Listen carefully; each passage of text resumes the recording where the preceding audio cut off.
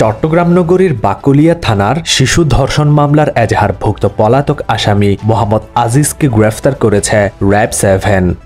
টেকনাফের Saint Martin দ্বীপের অদূরবর্তী সাগরে মাছ ধরার সময় 6টি ট্রলার সহ আটক করা বাংলাদেশি 56 জেলেকে ছেড়ে দিয়েছে মিয়ানমার নৌবাহিনী।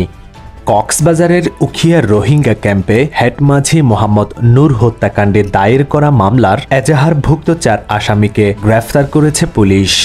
চট্টগ্রামের পটিয়া উপজেলার ভাটিখাইন এলাকায় অস্ত্রের মুখে জিম্মি করে 3 বসতঘরে দুর্ধর্ষ ডাকাতির ঘটনা সংঘটিত হয়েছে।